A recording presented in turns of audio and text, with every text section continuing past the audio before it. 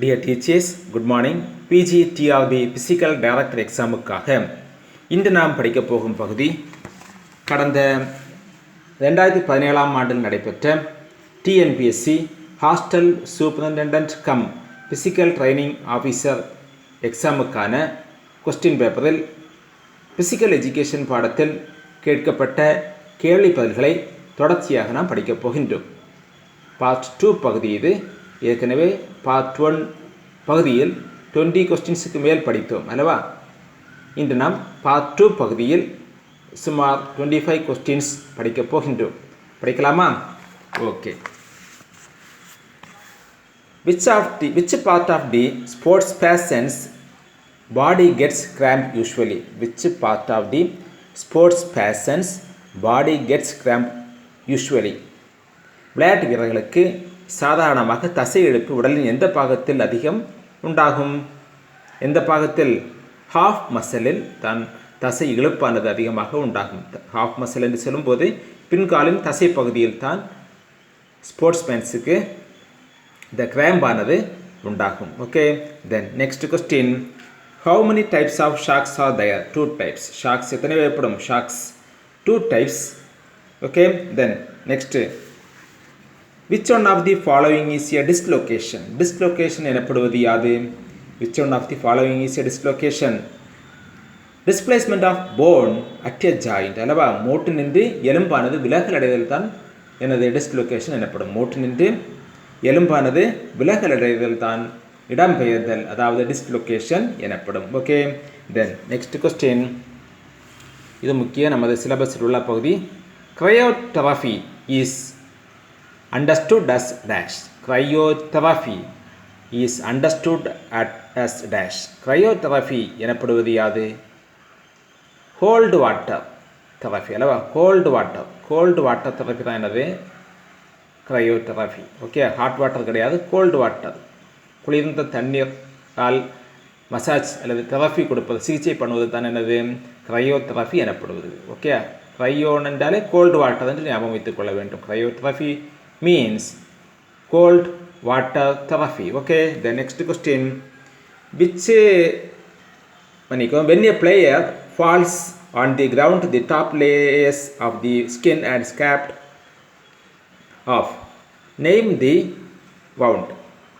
Answer na abrasions. அதாவது when a player falls on the ground, the top layers of the skin and scraped off. Name the wound. விளையாடும் போது the sportsman கீழே விழுந்து உடலில் காயம் ஏற்பட்டால் அது எந்த வகையாகும்? விளையாடும் போது the sportsman ஆனது கீழே விழுந்து காயம் ஏற்படுதல், ஸ்கிராப்ட் உண்டாகுது. அப்படி இருந்தால் அந்த வவுண்டை, அந்த காயத்தை எப்படி சொல்லுவாங்க? இந்த ஸ்கிராப்பை அல்லது அந்த வவுண்டை எப்படி அழைப்பாங்க? ஆன்சர் என்ன? அப்ரேஷன்ஸ் அல்லவா? அப்ரேஷன்ஸ் என்று சொல்லுவது சிராய்ப்பினால் ஏற்பட்ட புண் என்று சொல்லலாம் தமிழில். ஓகே, சிராய்ப்பு லேசான புண் போல, சிராய்ப்பால் புண் ஏற்படுவது தான் என்னது? அப்ரேஷன்ஸ் என்பது. Okay, when a player falls on the ground, the top layers of the skin and scraped off, name the wound is abrasions. Okay, then next question என்னவென்றால், which of the following asana has a positive effect on muscular system? Which of the following asana has a positive effect on muscular system? Answer என்னவென்றால் புஜங்காசனா. புஜங்காசனா இது மிக முக்கிய நமது சிலபஸில் உள்ள பகுதி தான் இது. தசை மண்டலத்தின் வலிமைக்கு கீழே கொடுக்கப்பட்டவற்றில் எந்த ஆசனம் உதவுகின்றது? தசை வலிமை அடைய வேண்டும் என்றால் கீழே கொடுக்கப்பட்டவற்றில் எந்த ஆசனம் உதவுகின்றது? பத்மாசனமா, சர்வாங்காசனமா, புஜங்காசனமா, சலபாசனமா? பத்மாசனத்துக்கு வாய்ப்பே இல்லை அல்லவா? தசை ஸ்ட்ராங் ஆகாது, ஒன்லி கான்சன்ட்ரேஷன் தான், இல்லைனா மெடிடேஷன் தான். தென் சர்வாங்காசனம் உடம்புள்ள அனைத்து உறுப்புகளையும் இயக்கக்கூடிய ஆசனம் தான் என்னது? சர்வாங்காசனம். ஆகவே தசைக்கு மட்டும் ஆக சொல்ல முடியாது. புஜங்காசனம் தான் என்னது? தசை மண்டலத்தின் வலிமைக்கு உதவக்கூடிய ஆசனம் புஜங்காசனம். மாறாக சலபாசனமும் கிடையாது. Okay, so which of the following asana has a positive effect on muscular system? Answer na Bhujangasana. Okay, then next question. Which asana helps to relieve the stiffness of the back? Which asana helps to relieve the stiffness of the back? இது முக்கியம். ஆசனா பகுதியில் தான் உள்ள பகுதி இது. ஆசனாவில் உள்ள பாடம் தான் இது. என்ன கொஸ்டின்? பேக் முதுகு வலி நின்று ரிலீவ் தி ஸ்டிஃப்னஸ் அல்லவா?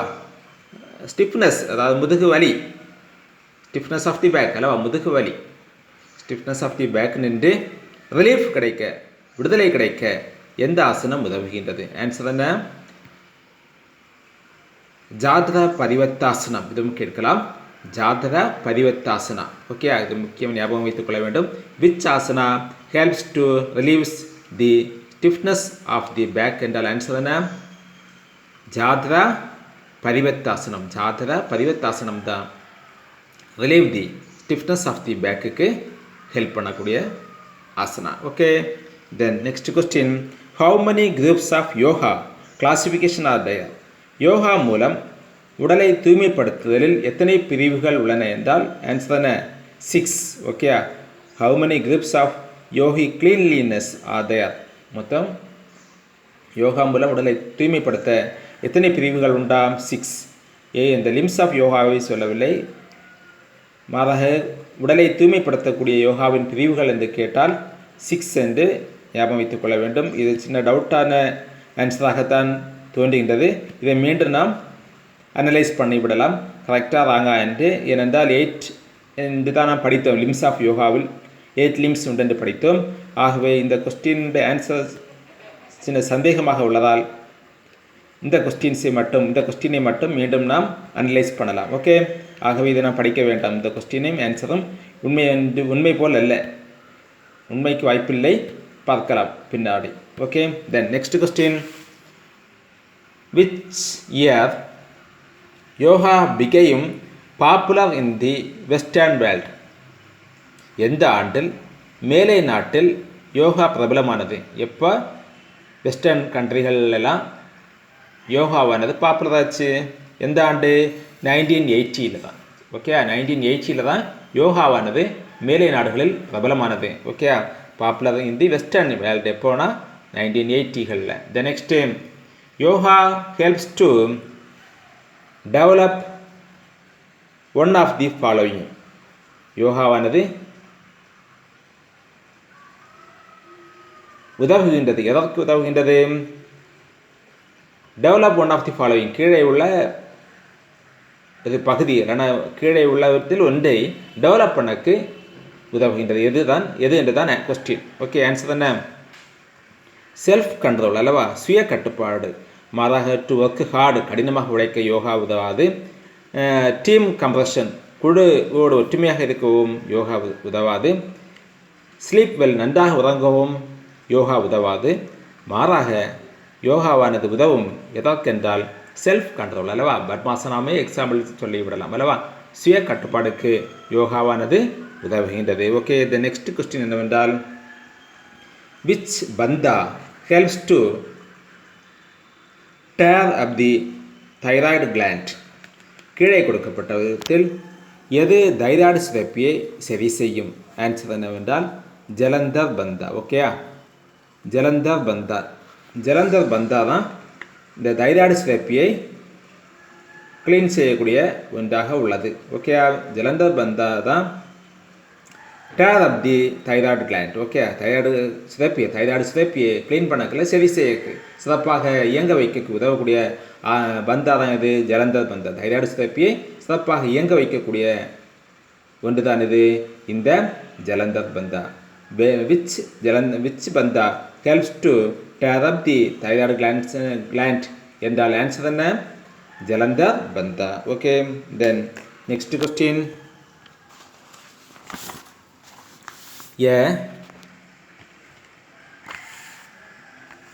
A series of cleaning technique that cleans entire alimentary canal from mouth to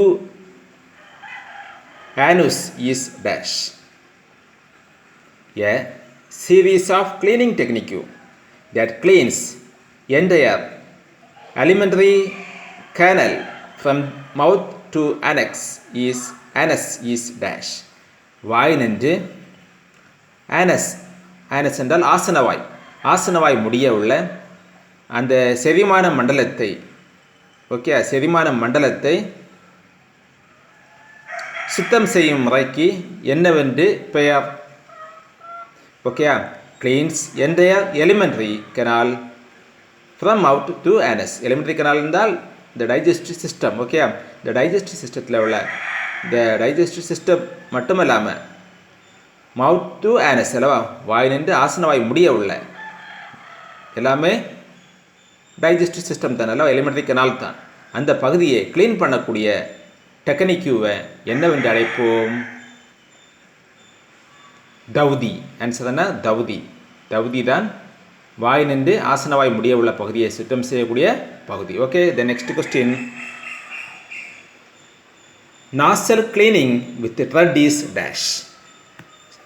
nozzle cleaning with thread is dash. நூலால் நாசிப்பாதையை சுத்தம் செய்வது டேஷ் என்று அழைக்கப்படும். நூலால் நாசிப்பாதையை சுத்தம் செய்யலாம். அதை எப்படி அழைப்போம்? சூத்திர நெடி. சூத்திர நெடி தான் என்னது? Nasal cleaning with thread. Sutra Neti. Then next question. Frog pose unique asana for women, teenage girls, women of other ages reduce depression, frustration and anxiety due to premenstrual syndrome is dash. Answer என்னவென்றால் மண்டுகாசனம். கொஸ்டின் என்னவென்றால் frog pose unique asana for women, teenage girls, women of other ages reduce depression, frustration and anxiety due to premenstrual syndrome is answer என்னவென்றால் மண்டுகாசனா அல்லவா, மண்டுகாசனா. அதாவது மாதவிடாய்க்கு முன்பு எல்லா வயது பெண்களுக்கும் ஏற்படக்கூடிய மன அழுத்தம், ஏமாற்றம், கவலை போன்றவற்றை போக்க உதவக்கூடிய தவளை வடிவமைப்புடைய ஆசனம் என்னவென்று தான் கேள்வி. ஃப்ராக் போஸ் யூனிக் ஆசனா அல்லவா, ஃப்ராக் போஸ் யூனிக் ஆசனா இருந்தாலும் ஞாபகம் வைத்துக் கொள்ள வேண்டும். மண்டுகாசனா மட்டுமின்றி அது women, teenage girls, women of other ages, reduce depression அல்லவா, டிப்ரெஷன், ஃப்ரஸ்ட்ரேஷன் அண்ட் ஆன்சிட்டி, இதெல்லாம் டிப்ரெஷன் மன அழுத்தம், ஃப்ரஸ்ட்ரேஷன் ஏமாற்றம், ஆன்சிட்டி கவலை எல்லாவற்றையும் போக்கும். எப்போது? ப்ரீமென்ஸ்ட்ரல் சிண்ட்ரோம் இந்த மாதவிடாய்க்கு முன்பு நிகழக்கூடிய இந்த எல்லா கவலைகளையும், இந்த மன அழுத்தம், ஏமாற்றம், கவலை, அதாவது reduce depression, frustration and anxiety எல்லாவற்றையும் போக்கக்கூடிய இந்த ஃப்ராக் போஸ் ஆசனா இது மண்டுகாசனம். மண்டுகாசனம். தென் நெக்ஸ்ட் என்னவென்றால் which asana is helpful maintaining normal blood pressure. Which asana is helpful in maintaining normal blood pressure? இரத்த அழுத்தத்தை நிலைப்படுத்தக்கூடிய ஆசனம் எது? பிபியை நார்மலாக்கக்கூடிய ஆசனம் எது? பிபியை நார்மலாக்கக்கூடிய ஆசனம் எதுவென்றால் சாவாசனா.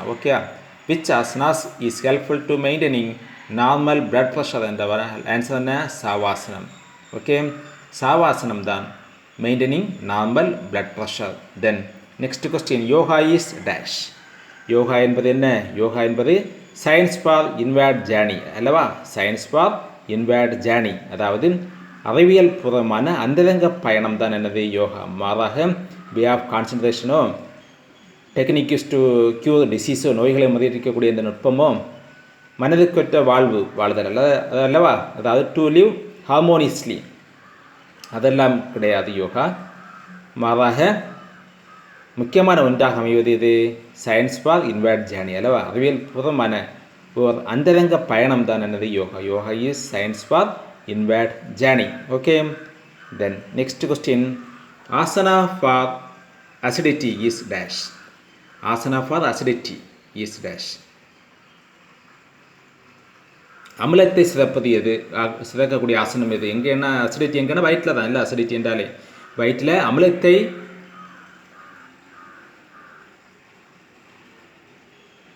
உண்டாக்கக்கூடிய இல்லைன்னா அமிலத்தை சீராக்கக்கூடிய ஆசனம் எதுவென்றால் ஆசனா ஃபார் அசிடிட்டியில் அமிலத்தன்மைக்கு உதவக்கூடிய என்றால் அமிலத்தன்மையை ஒழுங்குபடுத்தக்கூடிய ஆசனம் எதுவென்றால் ஆன்சர் என்ன, சலபாசனா. ஓகே, சலபாசனா தான் என்னென்னா ஆசனா ஃபார் அசிடிட்டி. அசிடிட்டிக்கு தேவையான ஆசனம் எது, அசிடிட்டிக்கு எல்லாம் அமிலத்தன்மை உண்டாகணும்னா இல்லைன்னா அமிலத்தன்மை ஒழுங்குபடுத்தணும்னா அதற்கான ஆசனம் தான் இது இந்த shalabhasana. Okay, shalabhasana. The next என்னவென்றால்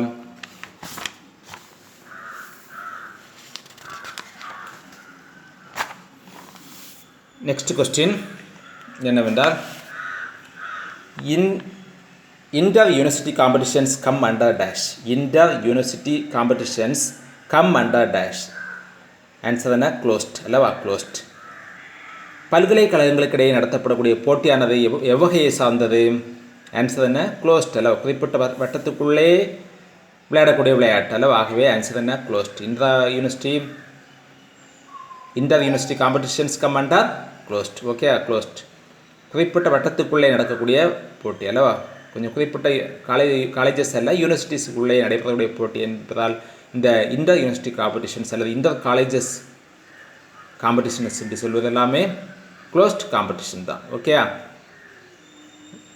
சம்டைம்ஸ் இந்த ஸ்கூல் காம்படிஷன்ஸ் கம் அண்டர் என்று கேட்டாலும் அதுவும் என்னதான், closed competitions. Okay, then next என்னவென்றால் government of India established Netaji சுபாஷ் National Institute of Sports is dash. Answer என்ன, மார்ச் 1961. படித்த கேள்வி அல்லவா. நேதாஜி சுபாஷ் தேசிய விளையாட்டு நிறுவனம் நிலைநாட்டப்பட்ட ஆண்டு எப்போது, மார்ச் 1961 அல்லவா. Government of India established Netaji சுபாஷ் National Institute of Sports is March 1961. Okay, then next என்னவென்றால் YMCA College of Physical Education was founded in 1920 by கைட்ஸி buck.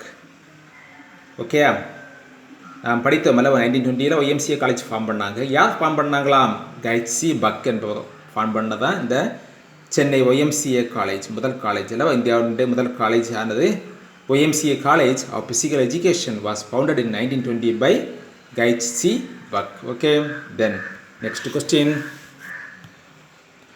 choose the competition which is open to all. choose the competition which is open to all. கீழே கொடுக்கப்பட்டவற்றுள் அனைவரும் பங்கேற்கக்கூடிய போட்டி எது என்றால் closed காம்படிஷனா, open காம்படிஷனா, இந்த முதல்ல practice காம்படிஷனா, practice மேட்சஸா, open competition. இது நாம் தெரிந்து வந்ததான் அல்லவா. ஓப்பன் காம்படிஷனில் யார் வேண்டுமென்றால் பொதுவான போட்டி என்று சொல்வது, வரன்முறையற்ற போட்டிகள் என்று சொல்லும்போது ஏஜ் லிமிட் கிடையாது. பள்ளி மாணவர்கள் காலேஜ் ஸ்டூடெண்ட்ஸ் என்றால் பெரியவர்கள் மட்டும் விளையாட முடியும், விளையாட வேண்டும் என்ற கட்டுப்பாடுகள் எதுவும் இல்லாத காம்படிஷன் தான் என்னது, இந்த open competition. Okay, then next question, who will be responsible for the successful and smooth conduct of the sports meet. Who will be responsible for the successful and smooth conduct of the sports meet. ஒரு போட்டி சிறந்த முறையில் செவனே நடைபெற்று முடிய முக்கிய பங்கு வகிப்பவர் ஆர்கனைசிங் கமிட்டி அல்லவா. ஆர்கனைசிங் கமிட்டி தான் இந்த போட்டிக்கு ரெஸ்பான்சிபிள் அல்லவா. Responsible for the successful and smooth conduct of the sports meet. மாறாக வாலண்டியர்ஸோ இன்ஸ்டிடியூஷனோ ஸ்பான்சர்ஸோ கிடையாது, இந்த கமிட்டி தான் அல்லவா. அந்த விளையாட்டு குழு தான் அந்த போட்டி அல்லது அந்த அமைப்பு குழு தான் போட்டி சிறந்த முறையில் செவனை நடைபெற்று முடிய அல்லது நடத்தி முடிக்க வேண்டும் அல்லவா. ஓகே, தென் நெக்ஸ்ட் என்னவென்றால் intramural programme creates this sense among the students. Intramural programme creates this sense among the students. அதாவது கல்வி நிலைய வளாகத்தினுள் நடத்தப்படக்கூடிய போட்டிகள் இந்த போட்டிகளை நடத்துவதால் மாணவர்களுடைய எந்த மனப்பான்மையானது மேலோங்கும்? கல்வி நிலைய வளாகத்தினுள் போட்டிகள் நடத்தப்படுவதால் மாணவர்களுடைய எந்த மனப்பான்மையானது மேலோங்கும்? இந்த முதல் programme creates this sense among the students அல்லவா? எதற்கு வழிவகுக்கும், எந்த நன்மைக்கு வழிவகுக்கும் என்றுதான் கேள்வி. உள் விளையாட்டுகள் எல்லாம் நடத்தப்படுவதால் என்ன நன்மை நடக்கும் என்றால் மேம்படுத்துதலா, சாதனை படைத்தலா, பங்கேற்றலா, பங்கேற்றல் அல்லவா? இன்வால்மெண்ட் அதிகமாக அமையும். அதாவது கல்வி நிலைய வளாகத்தினுள் அல்லது பள்ளி வளாகத்தினுள் போட்டிகள் நடத்தினால் மாணவர்கள் மேக்சிமம் பங்கேற்பாங்க அல்லவா? மாறாக மேம்படுத்துதலோ, சாதனை படைத்தலோ, களிப்பற்றலோ, மகிழ்ச்சி அடைவதோ, என்ஜாய்மெண்ட்டோ முக்கியமல்ல. இங்கே மாறாக எது முக்கியம்? பங்கேற்றல், மாணவர்களுடைய பங்களிப்பு தான் அங்கே முக்கியமாக அமையும் அல்லவா? பள்ளியின் உள்ளே போட்டிகள் நடத்தப்படுவதால் அல்லது காலேஜின் உள்ளே போட்டிகள் நடத்தப்படுவதால் மாணவர்களுடைய பங்கேற்பானது மிகவும் அதிகமாக அமையும். ஓகே, இப்போதைக்கு பார்ட் 2 பகுதியை இத்துடன் முடித்துக்கொள்வோம். ஓகே, நன்றி.